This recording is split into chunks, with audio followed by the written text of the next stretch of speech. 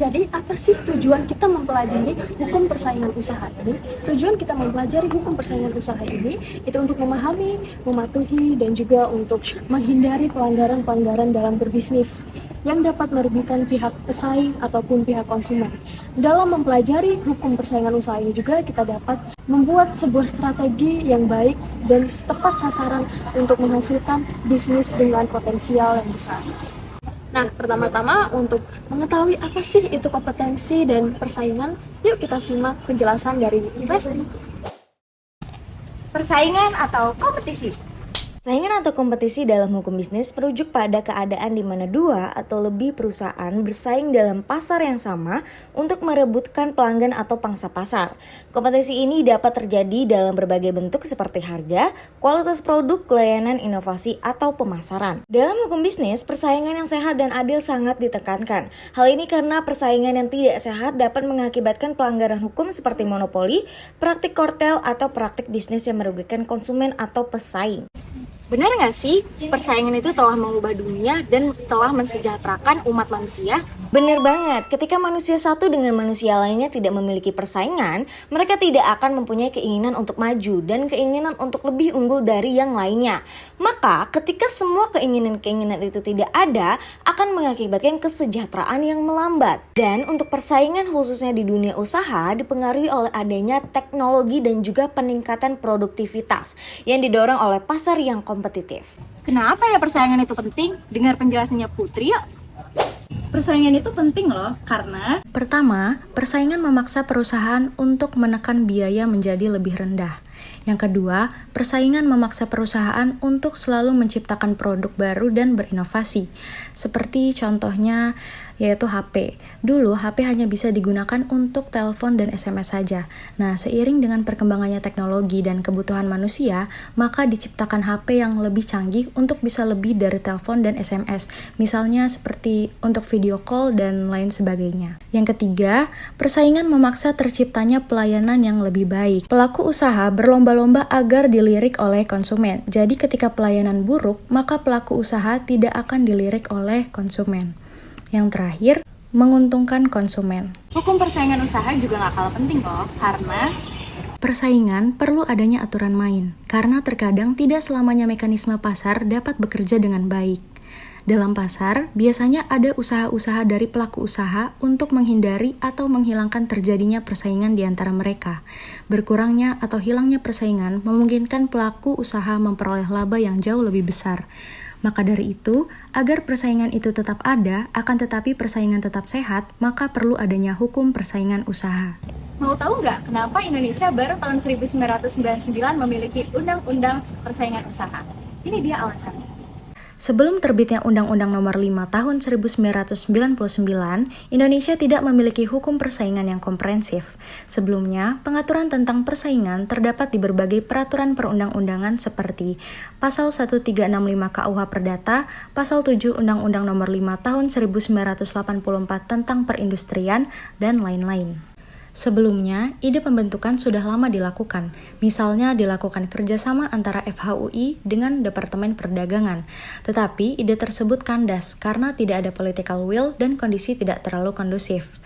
Lalu, ide pembentukan mendapat momentum dengan adanya LOI dengan IMF pada tanggal 29 Juli 1998 dan keinginan dari masyarakat untuk melakukan reformasi. Selanjutnya akan dijelaskan oleh Romo Aldus mengenai tujuan utama hukum persaingan usaha. Apa sih tujuan utama dari hukum persaingan usaha itu? Tujuan utama hukum persaingan usaha. Yang pertama, agar persaingan antar pelaku usaha tetap hidup. Yang kedua, agar persaingan yang dilakukan antar pelaku usaha dilakukan secara sehat. Yang ketiga, mencegah penyalahgunaan kekuatan ekonom. Yang keempat, melindungi kebebasan konsumen dan produsen dalam berusaha. Yang kelima, efisiensi ekonomi. Dan yang terakhir, meningkatkan kesejahteraan konsumen. Bagaimana sih dengan tujuan Undang-Undang Persaingan Usaha di Indonesia? Tujuan Undang-Undang Persaingan Usaha di Indonesia itu terbagi menjadi 4. Yang pertama, menjaga kepentingan umum dan meningkatkan efisiensi ekonomi nasional sebagai salah satu upaya untuk meningkatkan kesejahteraan rakyat. Yang kedua, mewujudkan iklim usaha yang kondusif melalui pengaturan persaingan usaha yang sehat.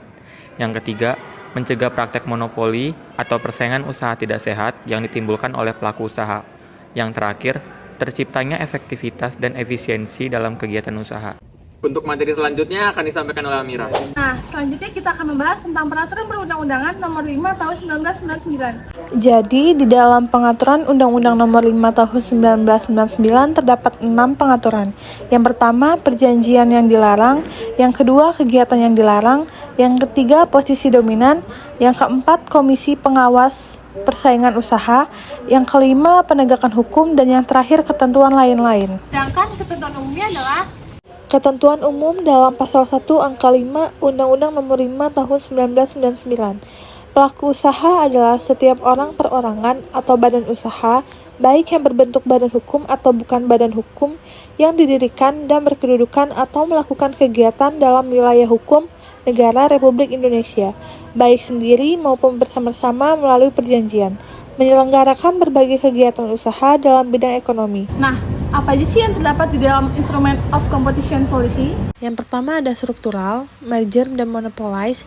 Yang kedua ada behavioral, prefixing, collusive agreement, vertical restraints. Yang ketiga ada purge dan mutlak dilarang. Dan yang keempat ada rules of reason, melihat kepada akibat yang ditimbulkan. Nah, kalian mau tahu nggak sih pasal apa saja yang membahas tentang persaingan usaha? Selanjutnya akan dijelaskan oleh Adven.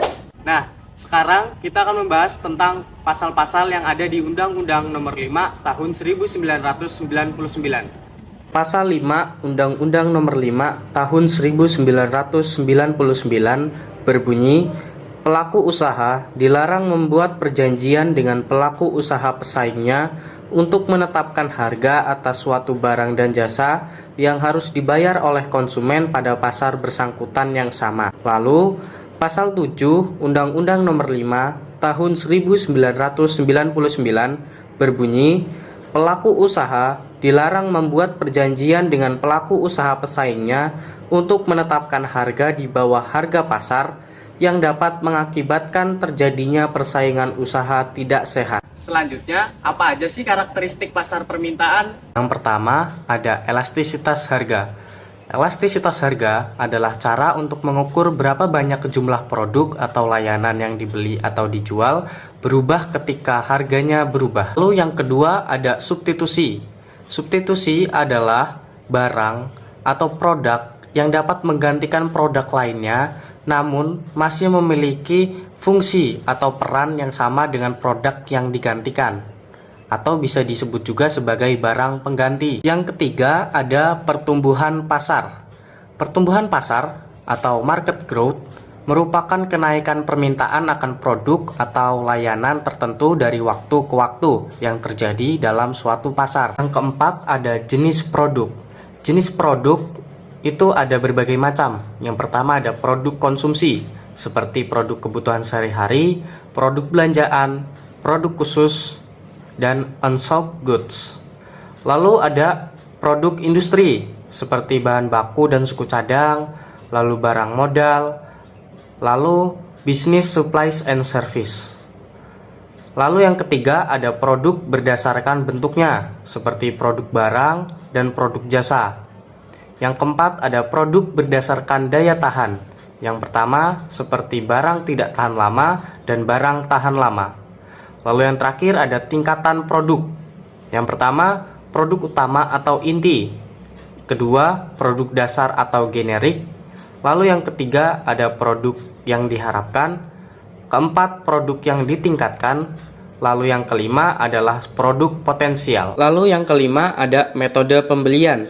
Metode pembelian merupakan suatu transaksi yang salah satu entitasnya memperoleh aktiva bersih dari perusahaan-perusahaan lain yang bergabung, atau bisa juga dibilang metode pembelian ini adalah cara-cara membeli atau metode-metode untuk membeli suatu barang atau jasa. Lalu yang keenam ada teknologi bahan mentah, ketujuh lokasi, dan yang terakhir kedelapan ada ketahanan produk. Selanjutnya kita akan membahas tentang kebijakan pemerintah yang akan dijelaskan oleh rekan saya, Noval. Ada beberapa kebijakan pemerintah seperti kebijakan anti monopoli, regulasi, pajak dan subsidi, kebijakan perdagangan, kontrol harga, kebijakan upah, insentif investasi, insentif karyawan, dan kebijakan makroekonomi. Selanjutnya ada beberapa elemen-elemen struktur pasar. Yang pertama, ada market share. Ada market share, porsi penguasaan pasar yang dicerminkan oleh relatif nilai jual produk dari perusahaan terhadap keseluruhan nilai jual di pasar itu bersangkutan. Yang kedua, ada market power. Kemudian pada market power, kemampuan perusahaan untuk memengaruhi harga tanpa harus mengurangi output. Yang ketiga, ada concentration of ratio. Kemudian concentration ratio, di mana total market share dari beberapa atau biasanya 4 perusahaan besar di pasar itu bersangkutan. Dan yang terakhir ada condition of entry. Kemudian yang terakhir condition of entry, yaitu kondisi yang mencerminkan ada tidaknya hambatan masuk bagi pesaing. Nah, selanjutnya kita akan membahas struktur pasar. Yang pertama, ada pasar monopoli. Yuk kita simak karakteristik pasar monopoli. Ada beberapa karakteristik pasar monopoli. Yang pertama, yaitu hanya terdapat satu perusahaan saja di dalam suatu pasar tertentu. Kemudian yang kedua, tidak memiliki barang substitusi yang mirip. Ketiga, tidak terdapat kemungkinan untuk masuk ke dalam industri. Keempat, dapat menentukan harga. Dan yang terakhir, promosi iklan kurang diperlukan di dalam pasar monopoli. Nah, struktur pasar yang lainnya bakal dijelasin sama Gaka Awangga. Kalian mau tahu lanjutan dari struktur pasar? Sini aku kasih tahu ya. Jadi lanjutannya yaitu ada karakteristik pasar persaingan monopolistik dan oligopoli. Karakteristik pasar persaingan monopolistik yaitu ada 4. Yang pertama, terdapat banyak penjual. Kedua, perusahaan memiliki kekuasaan untuk menentukan harga. Ketiga, pasar relatif lebih mudah. Dan keempat, promosi produk lebih aktif. Karakteristik pasar oligopoli terdapat 3. Yang pertama yaitu menghasilkan barang standar atau barang yang berbeda corak. Kedua, kekuasaan menentukan harga. Dan ketiga, perusahaan oligopoli harus melakukan promosi secara iklan. Materi selanjutnya tentang struktur pasar akan dilanjutkan oleh Elsa Dea. Selanjutnya, pasar persaingan sempurna nih, apa aja sih karakteristiknya? Yang pertama itu ada banyak penjual dan pembeli, kemudian barang yang diperjualbelikan itu bersifat homogen atau sama, kemudian penjual sebagai price taker atau penerima harga yang diperoleh dari pemerintah, kemudian yang terakhir adalah penjual dan pembeli dapat menemukan banyak informasi pasar secara umum dan secara sempurna. Nggak kerasa ya, ternyata kita udah ada di ujung materi, yaitu kesimpulan. Kesimpulan yang bisa kita dapat yaitu ternyata sangat penting ya sebuah hukum persaingan usaha yang harus kita pahamin untuk memulai sebuah bisnis yang sehat dan adil tanpa merugikan pihak pesaing, konsumen maupun pihak penjual. Dalam menerapkan hukum persaingan usaha, kita dapat menemukan banyak inovasi, kemudian kita juga dapat meminimalisir kerugian, dan kita dapat menciptakan pasar yang sehat dan adil tentunya.